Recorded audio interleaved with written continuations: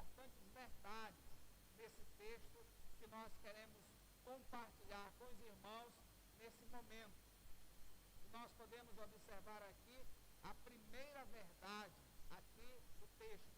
A primeira verdade que nós podemos observar aqui é que a prática da justiça é a verdadeira imitação de Deus que é justo. De Deus que é justo. Então, a primeira verdade ensinada por João nesse texto é que a prática da justiça é a verdadeira imitação de Deus que é justo. Ou seja, é interessante quando nós olhamos uma palavra que o apóstolo Paulo dá à igreja. Ele diz assim: sede, pois, imitadores de Deus, como filhos amados, de ternos afetos e de misericórdia. Veja que Paulo também trabalha essa questão, assim como João. Nós, como filhos de Deus, nós precisamos imitar a Deus. Se nós temos que imitar alguém, irmãos, nós temos que imitar o nosso Pai, certo? E isso é importante, isso vale para a vida secular, também como a nossa vida religiosa. Eu sei que todo filho, ele imita seu pai, né? Todo filho tem o prazer de querer se identificar com o seu pai, principalmente se seu pai tem, de fato, uma postura, né? Desejável. Então, é impressionante nós observarmos isso. Então, meus queridos irmãos, é o que João ele está dizendo. Então, destaca aqui essas 4 verdades, e entre elas, começando aqui com essa questão: a prática da justiça é a verdadeira imitação do Deus justo. Veja comigo aí no versículo 7, aonde João diz: filhinhos, não vos deixeis enganar por ninguém. Aquele que pratica a justiça é justo. Aí ele diz: assim como ele é justo. Então, se você pratica a justiça, você se identifica com o Senhor Jesus Cristo. Os gnósticos, queridos irmãos, é impressionante nós observarmos, os gnósticos, eles queriam enganar os cristãos, basicamente, aqui, através de duas formas.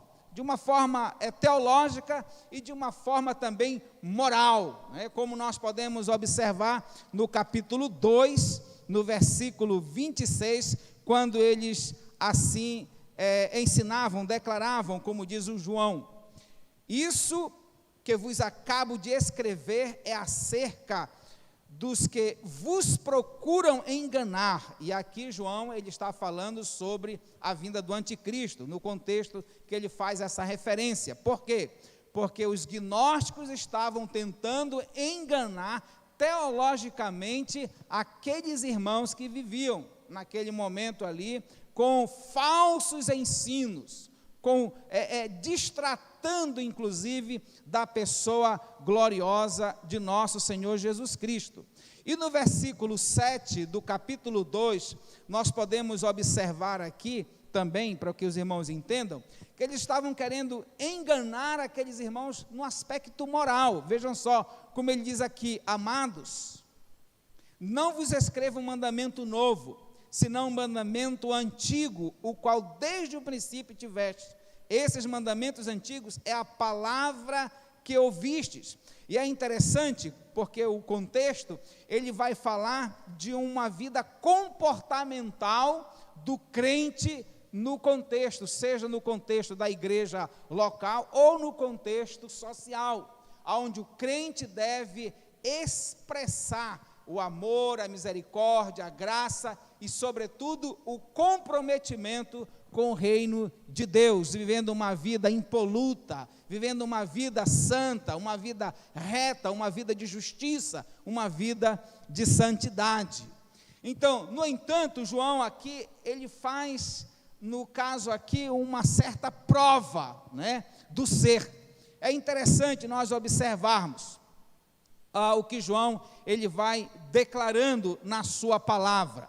Ele mostra que, de fato, a nossa natureza, ela foi, de fato, transformada pelo poder do nosso Senhor Jesus Cristo. E por este motivo, nós precisamos agora imitar a Deus. Imitar a Deus.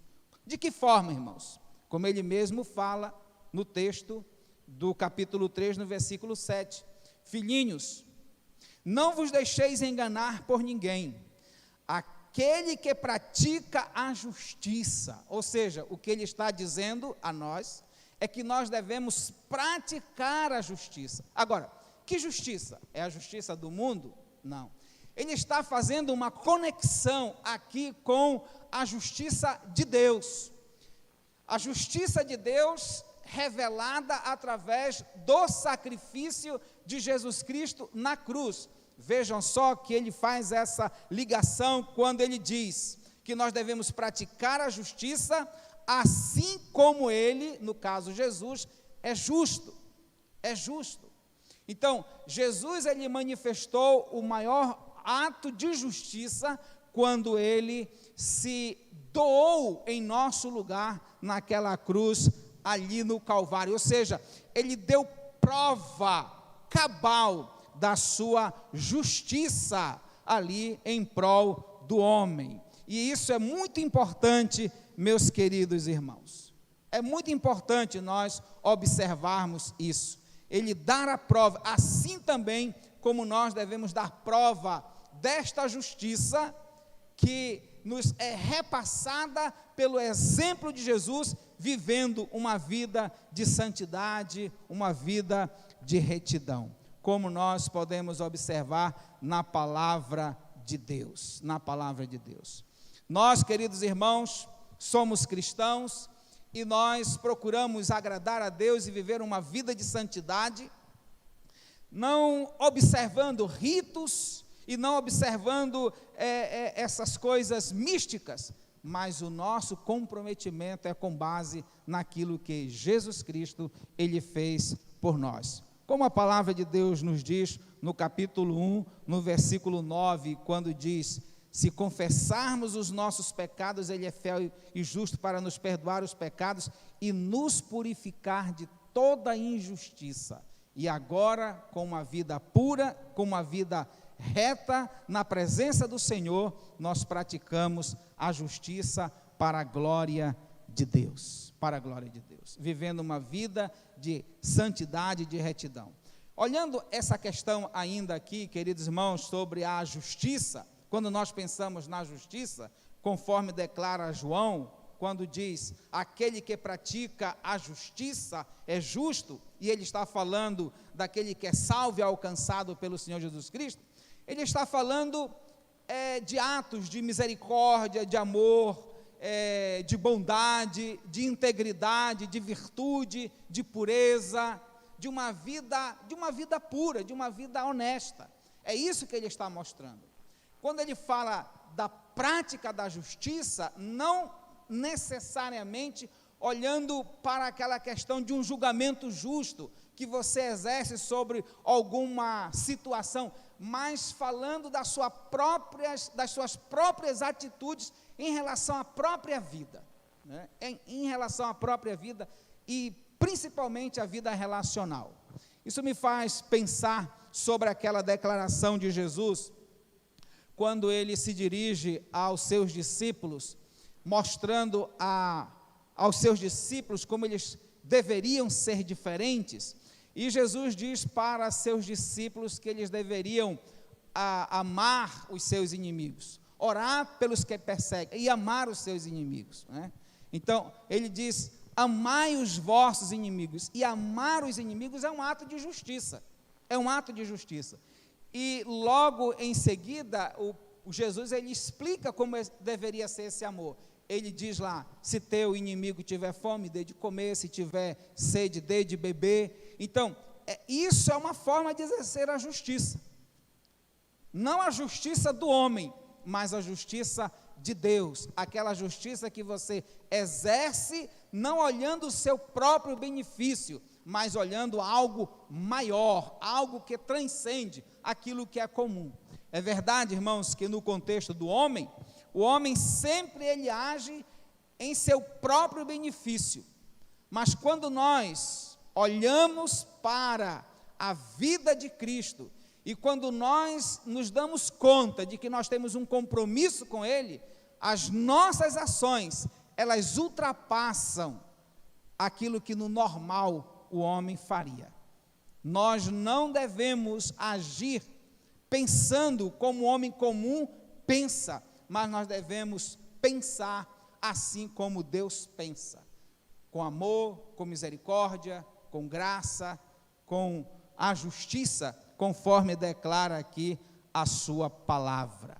É por esse motivo que a Bíblia diz que Jesus Cristo, ele é justo. No capítulo 2, no versículo 1, como nós vimos já: filhinhos meus, estas coisas vos escrevo, para que não pequeis. Se todavia alguém pecar, temos advogado junto ao Pai, Jesus Cristo, o justo, né? O justo.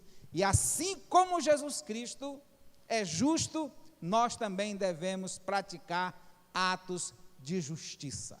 Atos de justiça. A segunda verdade que João lhe apresenta nesse texto, irmãos, encontra-se no versículo 8, na parte A. E a segunda verdade é que a prática do pecado é a verdadeira identificação com o diabo. É interessante olharmos, como diz João: aquele que pratica o pecado procede do diabo. João, irmãos, ele é claro, ele não faz arrodeio nas suas declarações, como ele mesmo diz no versículo 8, parte A: aquele que pratica o pecado procede do diabo, porque o diabo vive pecando desde o princípio.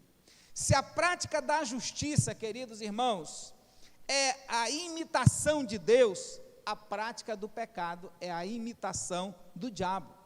Logo, a prática da justiça é a prática, queridos irmãos, daqueles que se identificam com o Senhor Jesus Cristo.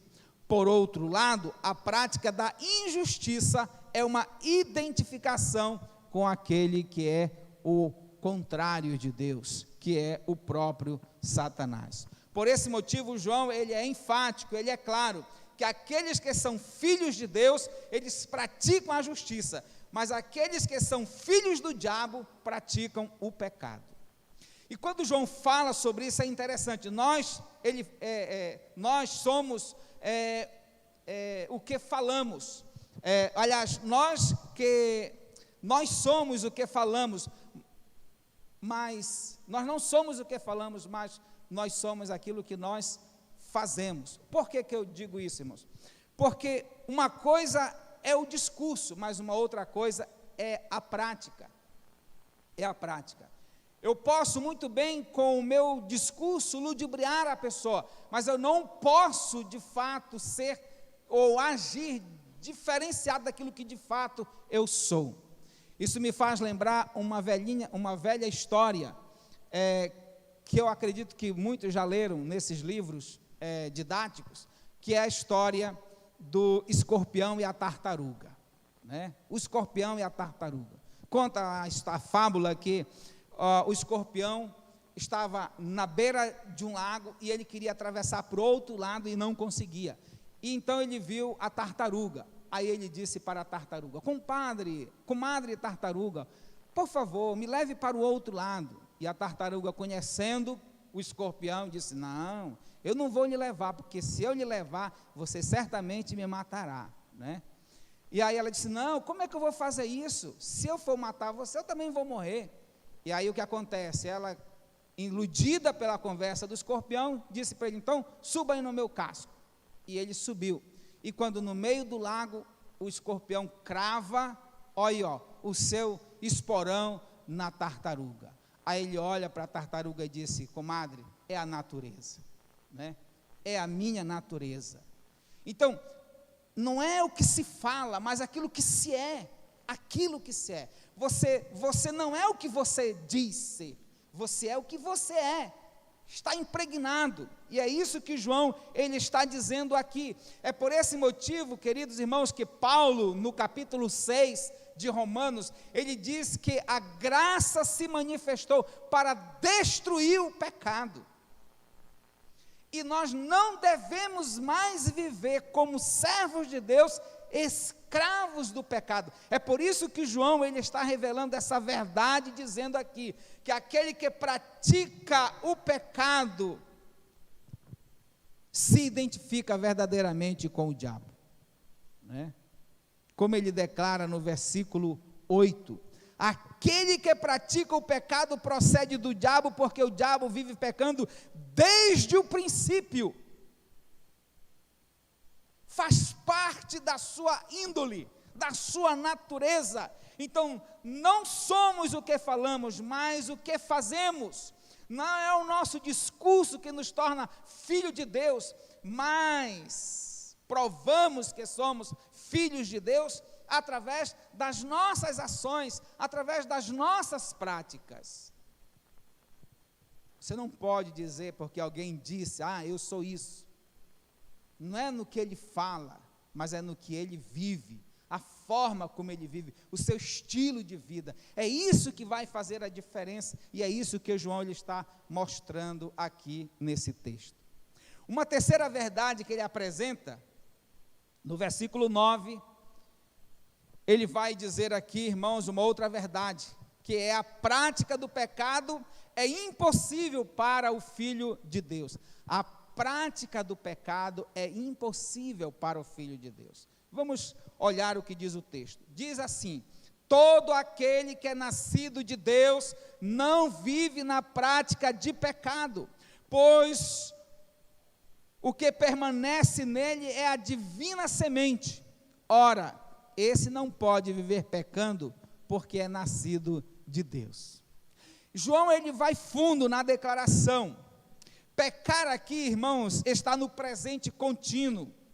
E isso significa que o cristão não pode viver na prática e no hábito do pecado. O cristão não pode viver deliberadamente, insistentemente no pecado. Foi para isso que Jesus Cristo ele se manifestou, para nos arrancar dessa prática, dessa escravidão do pecado. Nós sabemos que o crente, quando ele se converte, quando o homem se converte, ele é salvo, em primeiro lugar, da condenação do pecado. O pecado já não mais condena o crente, porque agora ele é uma nova criatura em Cristo Jesus. Então o pecado já não tem mais domínio sobre a vida do crente. Ele é uma nova criatura. Foi colocado, foi implantado na sua vida o Espírito Santo de Deus, ele foi gerado, ele nasceu de novo, ele é uma nova criatura. O pecado já não tem domínio sobre a sua vida. E agora a sua vida é uma vida de crescimento na santidade, irmãos. E quanto mais o crente cresce na santidade, quanto mais o crente ora, quanto mais o crente lê a palavra, quanto mais o crente pratica a vida cristã, quanto mais o crente exerce a vida cristã, menos o pecado vai dominando a sua vida. Porque ele vai se libertando. É aquilo que Jesus Cristo disse aos judeus que haviam crido nele: e conhecereis a verdade, e a verdade vos libertará. Entendemos que à medida que nós vamos conhecendo a doutrina, vamos conhecendo a palavra de Deus e vamos praticando, mais santo nós vamos nos tornando e menos o pecado vai sendo atuante na nossa vida. Essa é a fórmula do crescimento de uma vida em santidade, irmãos. É estudar a palavra e praticar a palavra no dia a dia. Então nós podemos observar, como diz João aqui, o cristão não pode viver deliberada e insistentemente no pecado. O pecado não é mais a atmosfera da sua vida. Este verbo no grego expressa ação contínua e não uma única ocorrência. Assim, ao usar o termo presente, dos verbos grego, João está dizendo que o crente não pode praticar o pecado como hábito. Como hábito. Como você tem o hábito de tomar todo dia café, como você tem o hábito de estar constantemente tomando um copo de água, ou como você tem determinados hábitos. O pecado não deve ser um hábito na vida do crente. Um crente que está habituado no pecado, ele precisa se converter. Ele precisa nascer de novo, porque o pecado na vida de uma pessoa, de forma insistente, de forma contínua, é significado de que ele ainda não se converteu de fato, como diz a palavra do Senhor, como João está dizendo aqui, irmãos. Porque é impossível que alguém que nasceu de novo continue na mesma velha vida, praticando os mesmos pecados, os mesmos erros. Não tem como isso acontecer. É como diz a palavra do Senhor aqui, nesse versículo 9. O pecado deliberado é uma traição, queridos irmãos, contra o amor do Pai, contra o sacrifício expiatório do Filho, contra a obra regeneradora do Espírito Santo, do Espírito Santo. E nós precisamos aprender com isso. João, ele alista aqui duas razões eloquentes para que os filhos de Deus, irmãos, não possam viver na prática do pecado. A primeira que ele mostra aqui é que, de fato, há uma semente divina implantada em nossas vidas. Veja só no versículo 9: todo aquele que é nascido de Deus não vive na prática do pecado, pois o que permanece nele é a divina semente. Como é que eu tenho essa semente na minha vida? Como é que eu fui gerado pela palavra? Fui gerado pelo Espírito, mas eu continuo praticando o pecado de forma contínua na minha vida. Alguma coisa está errada. Não pode haver contradição, não há um ensino errado na palavra. E o texto é claro, ele está dizendo: todo aquele que é nascido de Deus não vive na prática, não vive na prática do pecado. E assim como o filho natural cresce com as características do pai que o gerou, também nós, cada vez que crescemos em nossa natureza espiritual, nós vamos apresentando também, irmãos, sinais da paternidade de Deus nas nossas vidas. Augusto Nicodemos, ele diz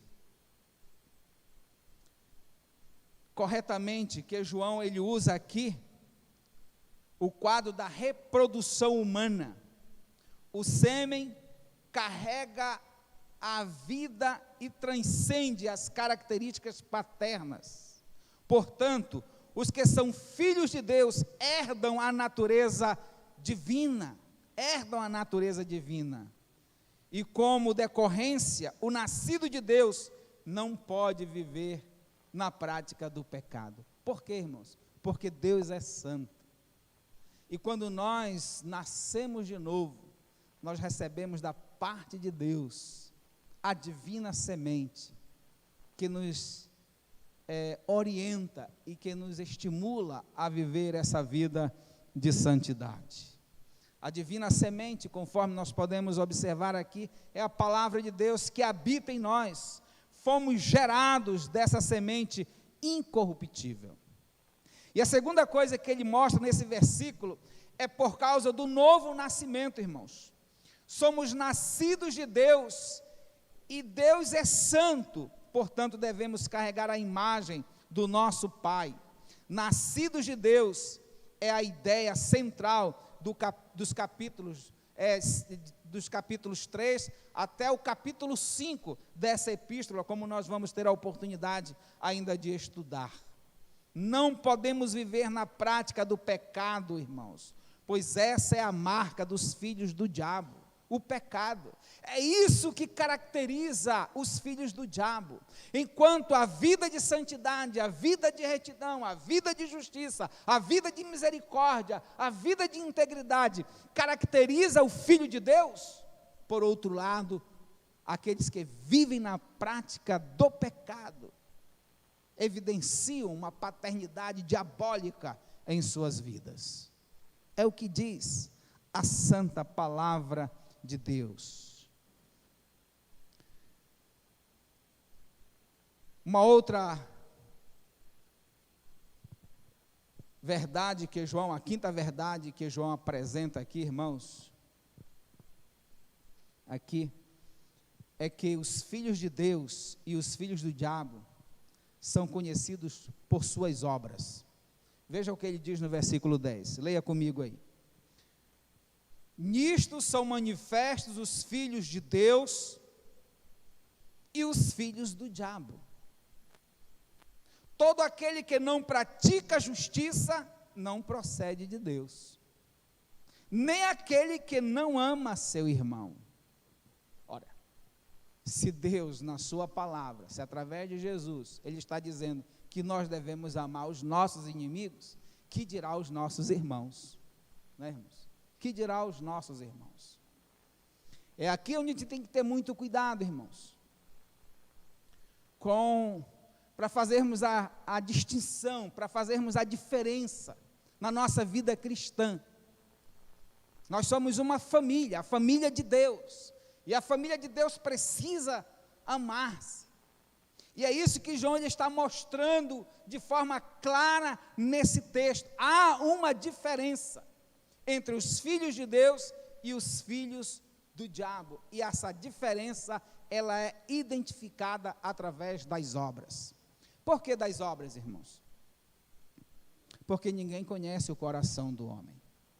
O coração do homem é uma terra que só Deus conhece, às vezes nem o próprio homem conhece seu próprio coração, mas Jesus, Ele diz, é pelo fruto que se conhece a árvore, né? É pelo fruto, né? Você vai numa feira, onde vende produtos não naturais da região, e lá você compra um caqui, né? Compra um caqui, você sabe o que é kiwi, que é mais conhecido, o kiwi, né? Aqui não tem pé de kiwi, mas você já comeu kiwi, né? Aí você viaja para o sul, e lá você vai na casa de um amigo, e no quintal ele tem um pé de kiwi, e tem a fruta, e você come a fruta. Ah, rapaz, isso aqui é um pé de kiwi, olha o pé como é que é. Então, pelo fruto, você conhece a árvore, mas você não identifica uma árvore sem fruto. Você nunca saberia. Eu trouxe do Amazonas, um pé de pajurá, né? Eu acho que aqui só a Catarina talvez que conheça, né? O pajurá, uma fruta natural da Amazônia, né? Mas se você vê a planta, você nunca vai saber o que é, mas no dia que ela produzir um fruto que você comer, aí você vai lembrar, isso aqui que é o pé do pajurá, não é verdade? É como a Bíblia diz, é pelo fruto que se conhece. Você olha um irmão, você olha uma pessoa que está com você do lado, não é pelo que ela fala que você vai conhecê-la, porque ela pode dizer muitas coisas agradáveis, mas é pelas suas ações, é pelos seus frutos, é por aquilo que ela apresenta no seu dia a dia, a sua vida comportamental. É através dessas ações que você vai conhecer de fato quem é aquela pessoa. É como diz a palavra do Senhor nosso Deus. João ele conclui sua exposição falando que a humanidade está dividida em dois grupos, os filhos de Deus e os filhos do diabo. É por esse motivo que ele diz, nisto são manifestos os filhos de Deus e os filhos do diabo. Todo aquele que não pratica a justiça não procede de Deus, mas procede do diabo. Nem aquele que ama seu irmão. Sabe, queridos irmãos, em toda essa epístola, João, ele está falando sempre de uma forma dualista, né? Você vê que João, ele fala da luz e trevas, ele fala da verdade e da mentira, ele fala do amor e do ódio, ele fala de Deus e fala do diabo, né? João, ele não usa meios termos, não há neutralidade nessa questão. O homem é filho de Deus ou filho do diabo, e a nossa ascendência, irmãos, ou ela é divina, ou ela é diabólica, não tem para onde correr. Agostinho de Hipona, ele diz o seguinte: o diabo não fez homem algum, não deu à luz homem algum, não criou homem algum, mas aquele que imita o diabo, este, como se tivesse dele nascido, torna-se filho do diabo, ao imitá-lo, e não por ter literalmente nascido dele. É o homem que vai escolhendo. Não podemos pensar, irmãos, que na igreja estão os filhos de Deus e lá fora no mundo estão os filhos do diabo. João, ele escreve, ele esteve presente junto com Jesus, quando Jesus, ele se dirigiu ali aos religiosos e os recriminou, lá em João capítulo 8, versículo 44, e Jesus disse: vós sois do diabo, que é vosso pai, e quereis satisfazer-lhes os desejos. Jesus disse para os religiosos dentro do templo. Muitos filhos do diabo convivem na igreja, ouvem a palavra, entoam os mesmos hinos, dominam bem a linguagem cristã. Há alguns que até mesmo se vangloriam, como diz Mateus capítulo 7, versículo 22, palavras do Senhor, que diz: Senhor, Senhor, porventura não temos nós profetizado, e em teu nome não expelimos demônios, e em teu nome não fizemos muitos milagres? Jesus não contesta que de fato tenham realizado tudo isso. Nesse caso, não seriam eles membros proeminentes das igrejas? Não. Jesus responde: nunca vos conheci, apartai-vos de mim, os que praticais a iniquidade. Mateus 7, 23. Da mesma maneira, João, ele constata: todo aquele que não pratica a justiça não procede de Deus, nem aquele que não ama a seu irmão. Augusto Nicodemos, ele escreve dizendo o seguinte: durante os cultos em uma igreja local, todos parecem cristãos, assentados, ouvindo a palavra, cantando e participando do culto. É pela conduta após o culto que se revela quais são os verdadeiros cristãos. Não é no templo, irmãos, não é sentado aqui. Mas uma coisa é certa: a gente pode enganar o irmão, né? Ou o vizinho, né? O do lado, né? Porque se não vive na prática da justiça, como diz a palavra de Deus, embora estando dentro do templo, é filho do diabo. Então não é irmão, não é? Então não é irmão, como diz aqui a palavra do Senhor. Então nós precisamos estar atentos a isso, irmãos, porque nós podemos enganar aquela pessoa que está ao nosso lado, mas nós não podemos enganar a Deus, que sonda mentes e corações. Não podemos, diz a Escritura. A maneira de conhecer os verdadeiros cristãos é pela sua conduta moral. Pelos frutos é que se conhece a árvore. Mateus 7, 20. Os filhos de Deus são conhecidos por 3 testes, irmãos. O teste moral, no caso aqui, o seu caráter. sua personalidade, pelo teste social, onde ele vai evidenciar a sua conduta comportamental, no contexto em que ele está inserido, e também pelo teste doutrinário. Não apenas pelo conhecimento da doutrina, mas pela prática do conhecimento que ele tem da doutrina. Ou seja, aquele que conhece a verdade e a pratica, porque não é só conhecer a doutrina, mas é praticar o ensino do Senhor Jesus. Aquilo que está na palavra é a prática, não é só o conhecimento. Porque conhecer a Escritura, até o inimigo das nossas almas conhece. Porque quando ele foi tentar Jesus lá no monte, lá no deserto, ele usou a Escritura, ele usou a palavra para tentar confundi-lo, para tentar iludi-lo, para tentar de alguma forma, não é isso? Mudar as ideias de Jesus.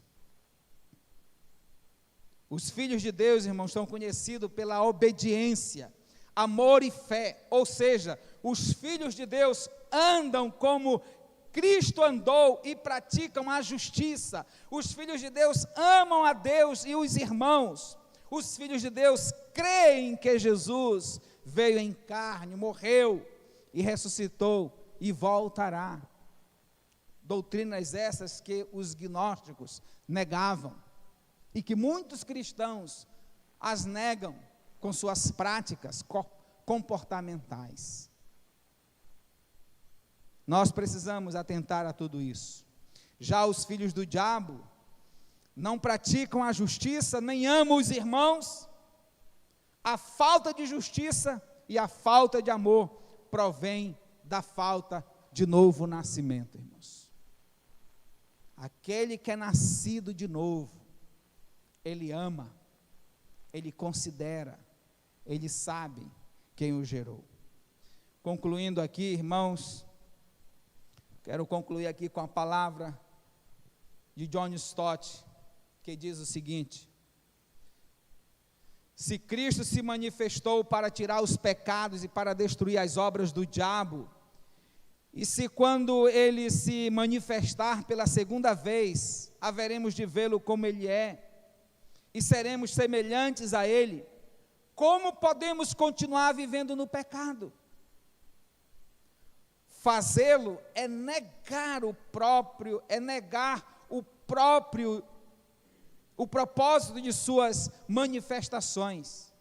Se queremos ser leais à sua primeira vinda e estar preparado para a segunda vinda, devemos praticar, irmãos, devemos praticar a vida de santidade e viver assim como Jesus viveu, em pureza, em santidade de vida.